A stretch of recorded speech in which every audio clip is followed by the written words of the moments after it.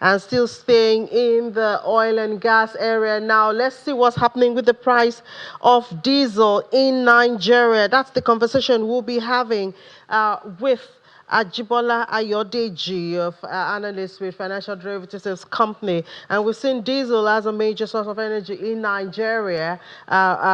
We've been having a lot of attention on PMS, but it's not just PMS. With the movement of global oil prices, we also see movement in the price of diesel. So we see for diesel price movement, price paid by consumers went up 25.24% year on year from 1,403.96 kobo per litre in May 2024 to 1,758 naira 26 kobo per litre in May 2025. So we see the difference there.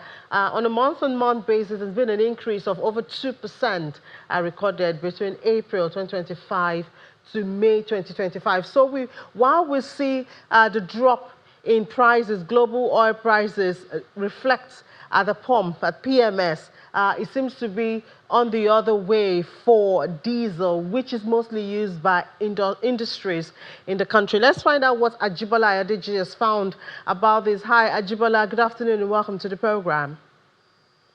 Good afternoon. Thanks for having me. Good to have you, Ajibola. So, we know that both petrol and diesel come from global oil, and the prices have been reducing from the global space. It doesn't seem to reflect so much or be captured so much in diesel in Nigeria. How can we explain this?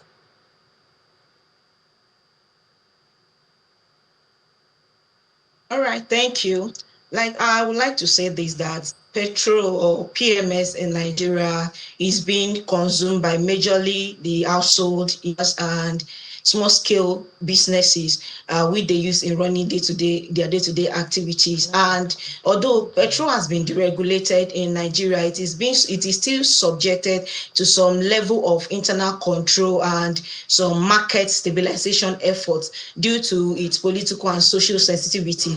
That's why we are seeing the price differential when we talk about PMS. That's one. And two, there's this survey that we used to carry out in our company, which we call vehicular count. And we discovered that in November, December in 2024, when the price of petrol was around 1,065 naira, the number of vehicles on the road declined to like 2,300 within that period. We did for like 2 hours. We do go for the survey for like 2 hours, and we saw that the number of vehicles decreased to like 2,300. But in May 2025, when we saw that when the price of PMS dropped to like 890, we saw an increase in the number of vehicles on the road to like 2,500. So we can conclude that the degree of responsiveness to price when the price movement is more for PMS, that PMS is more price elastic than diesel. But when it comes to diesel, diesel is majorly being consumed by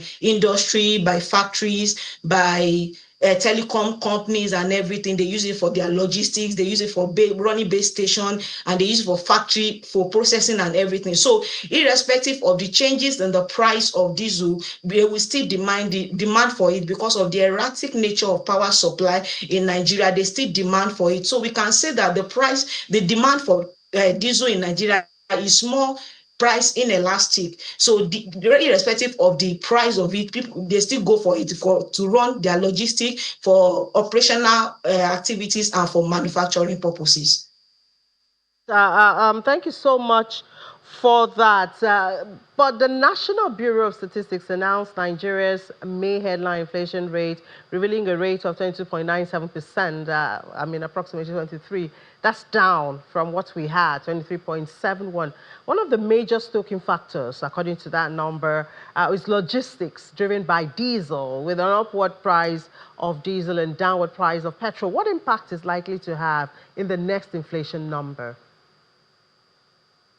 Okay, yes, the price of diesel has a major impact on the price of goods, which affects inflation numbers, because the increase in the price of goods will affect the cost of production for factories, and it will affect the logistics, which will bring about increase, and the increase is passed to consumer in form of high prices. However, because of the base effect and the decline that we are seeing in the PMS price, we might not really see the impact of the increase in the price of diesel on the prices of goods. And even if we are going to see an increase, it will be marginal compared to what we might expect.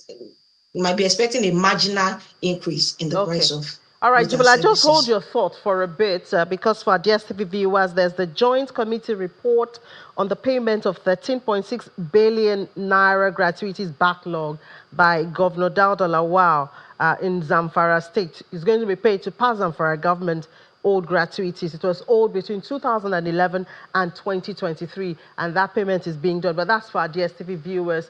But for our other platforms, please continue here and stay here with us on Business Incorporated. And I'm going back to you, Jibola. Well, diesel has always been deregulated, even before petrol. Deregulation is supposed to promote competition, which could help drive prices down in the long run. However, as you noted earlier, the price of petrol doesn't seem to be moving, the way of the global oil. It's rising. It's risen about 33% in even countries like Angola and all of that. So the impact of this and the impact of OPEC Plus meetings and decisions, seems a bit confusing.